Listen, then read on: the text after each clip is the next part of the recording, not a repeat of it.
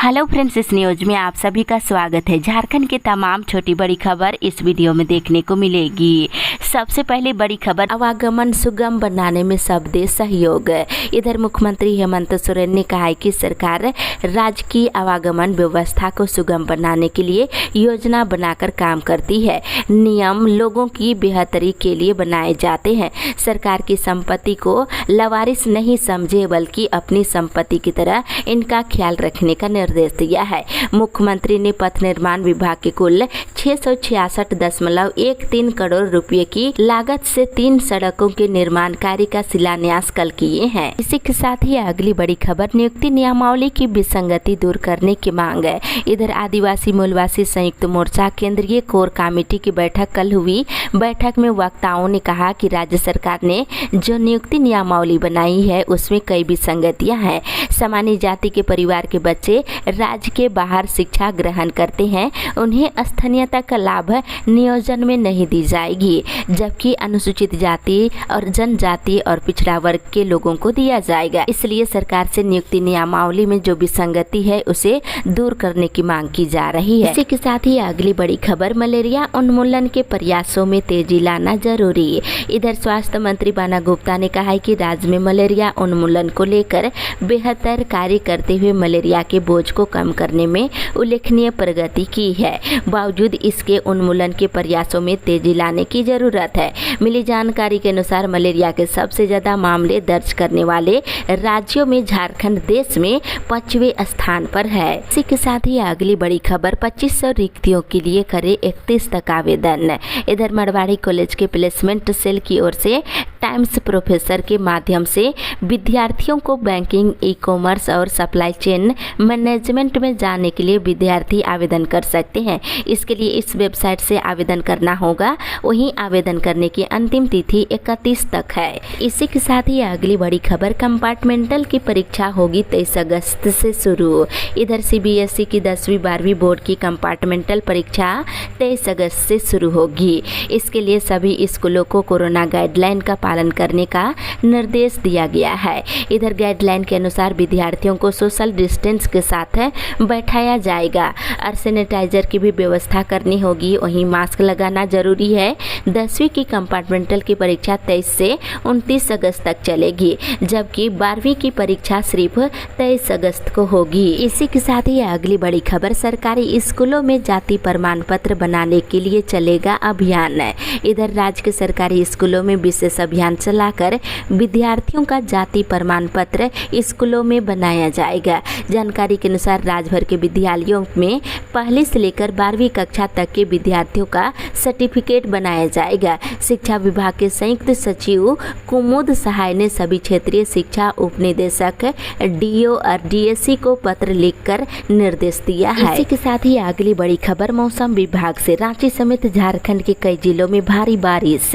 इधर झारखंड के कई जिलों में शनिवार को दोपहर तक भारी बारिश होने की संभावना है। इसे लेकर मौसम विभाग ने ऑरेंज अलर्ट जारी किया है। बताया गया है कि रांची समेत कोल्हान प्रमंडल के पूर्वी सिंहभूम, पश्चिमी सिंहभूम, सरायकेला, खरसवा, सिमडेगा, लातेहार, लोहरदगा, गुमला, सिमडेगा और खुट्टी के साथ ही कई जिलों में भारी बारिश हो सकती है। इसी के साथ ही अगली बड़ी खबर, डीएसपीएमयू में नामांकन शुरू।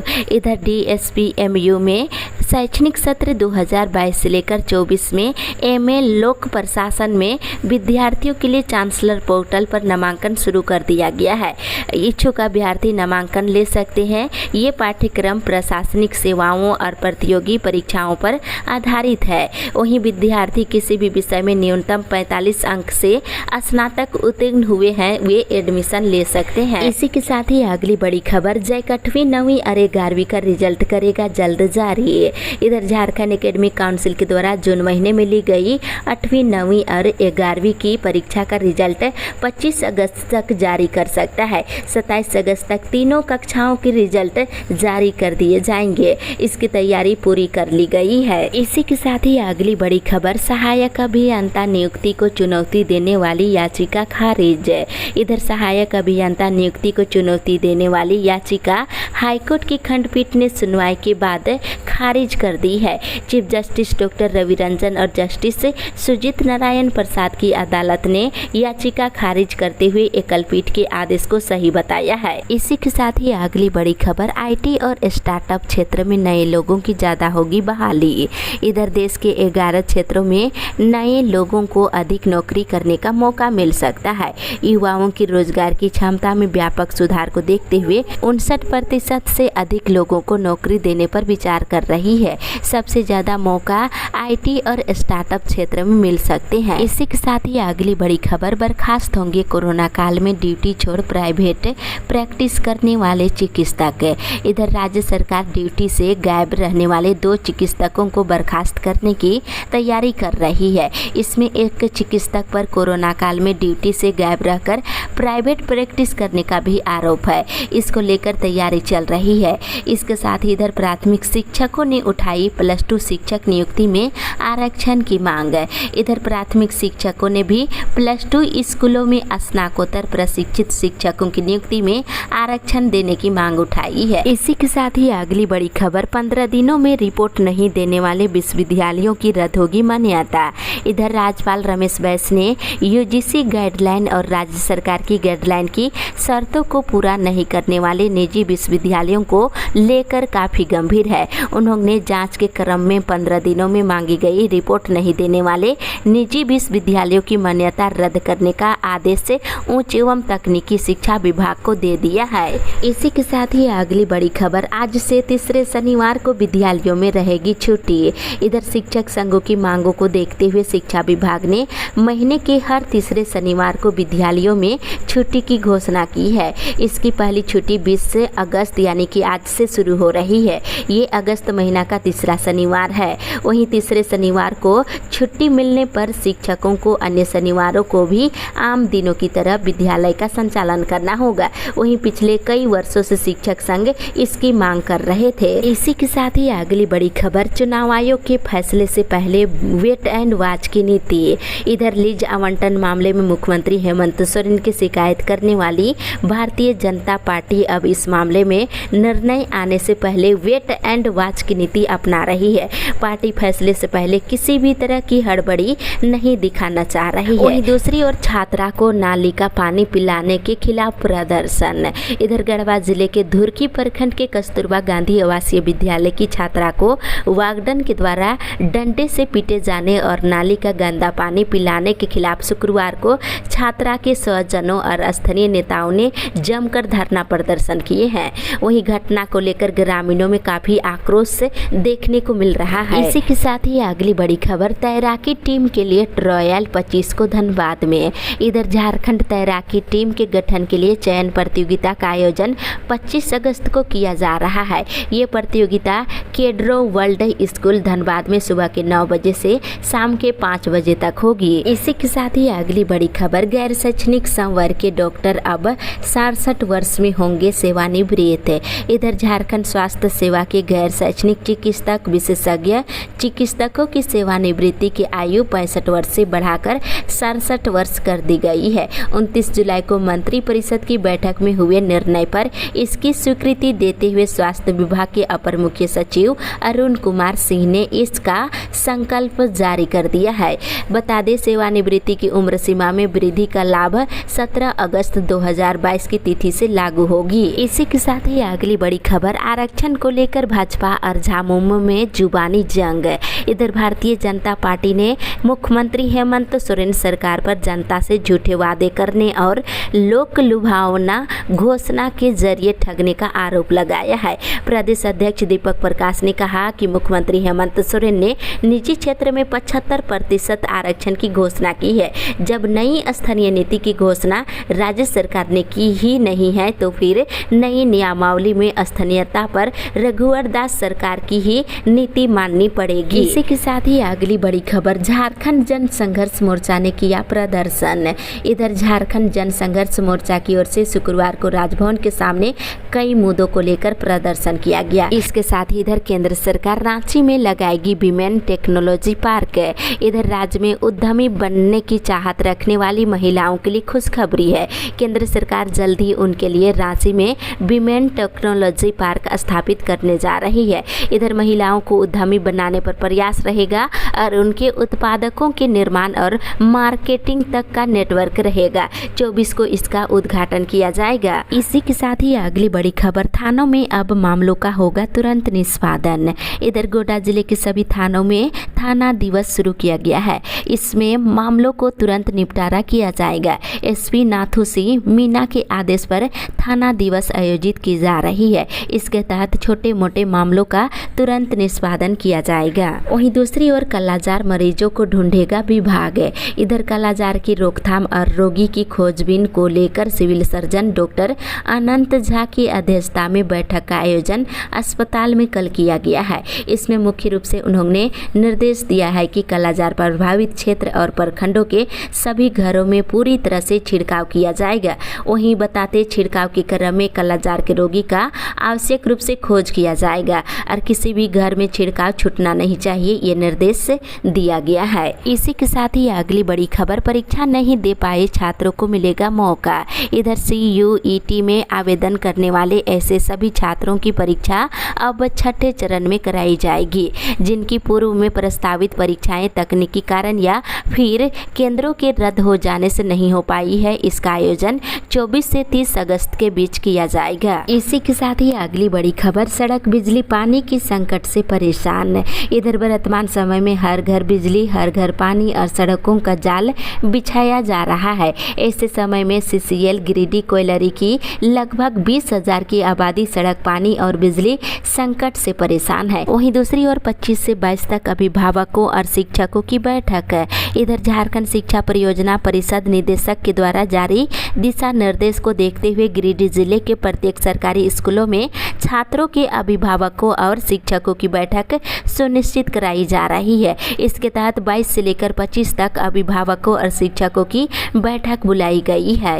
इसी के साथ ही अगली बड़ी खबर, बिरहोर परिवारों को पेंशन से जोड़ने की मांग है। इधर गिरिडीह DC नमन प्रियस लकड़ा ने शुक्रवार को सभी BDO और CO को निर्देश दिया है कि सर्वजन पेंशन योजना के तहत आदिम जनजाति बिरहोर परिवारों को लाभान्वित करे और इसके लिए आवश्यक कार्रवाई करने के निर्देश दिए हैं। वहीं जिले के 3 प्रखंड बगोदर, सरिया और गांवा में जनजाति बिरहोर परिवार निवास करते हैं। इसी के साथ ही अगली बड़ी खबर, 1932 खतियान के लिए लड़ेंगे लड़ाई।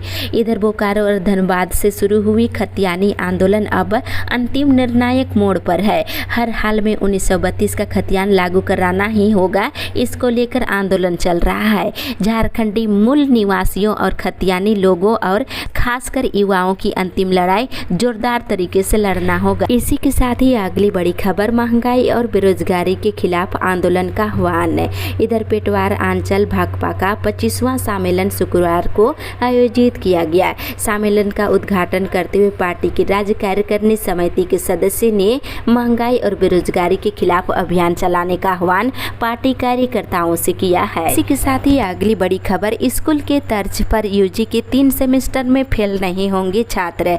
इधर कोल्हान विश्वविद्यालय में नए सत्र से UG में बहुत सारे बदलाव होने जा रहा है। इन्हीं बदलावों में से एक बदलाव विद्यार्थियों के सेमेस्टर प्रमोशन सिस्टम में किया जाएगा। मिली जानकारी के अनुसार सेमेस्टर 1, सेमेस्टर 3 और सेमेस्टर 5 में किसी भी विद्यार्थियों को फेल नहीं किया जाएगा। इसी के साथ ही अगली बड़ी खबर, 30 तक बनाए बच्चों का जाति प्रमाण पत्र। इधर सरकारी स्कूलों में पढ़ने वाले पहली से लेकर 12वीं तक के विद्यार्थियों का जाति प्रमाण पत्र 30 अगस्त तक बनाकर दे देना है। ये निर्देश उपायुक्त विजया जाधव ने शुक्रवार को संबंधित अधिकारियों के साथ वर्चुअल बैठक में दिए हैं। इसी के साथ ही अगली बड़ी खबर, स्कूलों पर नजर रखेंगे अफसर, नहीं जोड़ा जाएगा उर्दू नाम।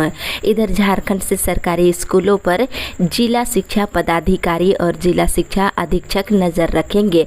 किसी भी सामान्य स्कूल के नाम के साथ उर्दू नहीं जोड़ा जाएगा। इसका निर्देश स्कूली शिक्षा व साक्षरता विभाग के सचिव राजेश कुमार शर्मा ने दिया है। इसी के साथ ही अगली बड़ी खबर, हाई स्कूलों के शिक्षकों का होगा तबादला।